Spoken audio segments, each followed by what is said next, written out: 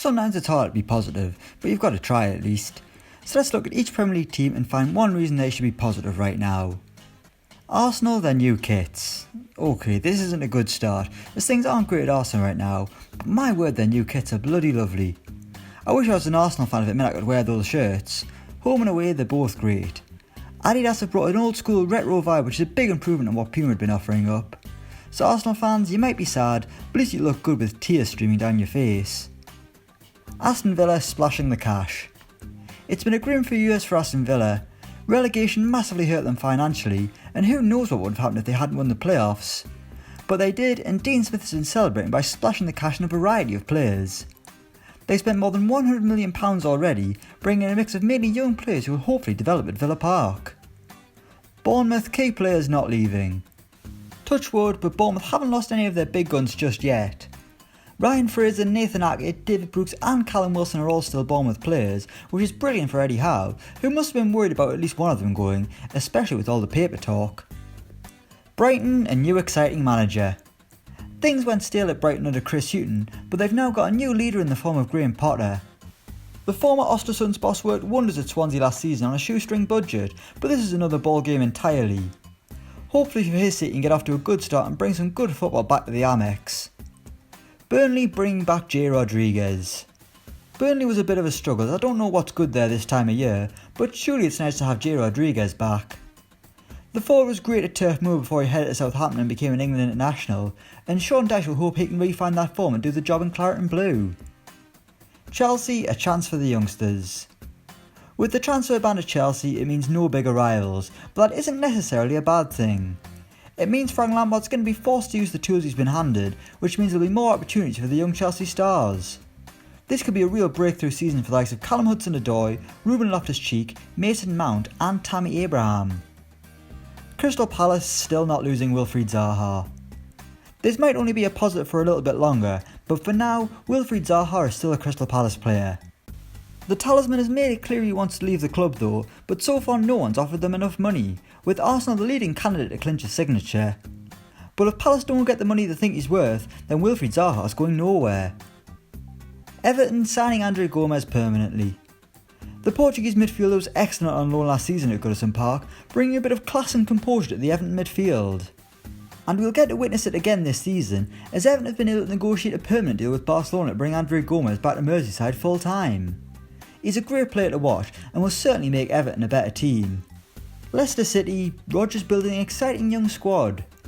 When Rodgers took over at Leicester, he had an exciting set of players to work with, and he's only added to it this summer. Jose Perez was expensive but is certainly a talent, and if he can continue his good form from last season, he'll be worth every penny. And on top of that, Yuri Tielemans is back permanently, and he's an absolute class act.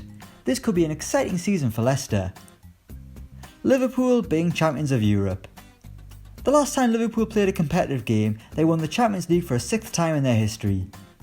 It was an incredible night for Klopp and co, and one they deserved after an amazing season that saw them come second in the Premier League. They're the best team in Europe right now, and they've got the trophy to prove it. Manchester City winning the treble. Pep Guardiola's men were dominant last season, winning every domestic honour available, even the Community Shield.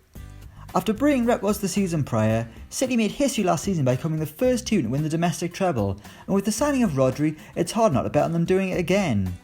Just who can stop the Manchester City juggernaut? Manchester United key players signing new contracts. Marcus Rashford has signed a new long-term deal, apparently David De Gea is going to do the same. Finally things can look a bit more positive for Man United. They've got the spine of a great team almost, so tying down this pair is key to the future of the club. Solskjaer still needs to add some more quality, but sorting out the future of his current crop was a much bigger issue that looks to be resolved. Newcastle United signing Joe Linton. Whisper it lads, but Newcastle have just spent 40 million quid on a player.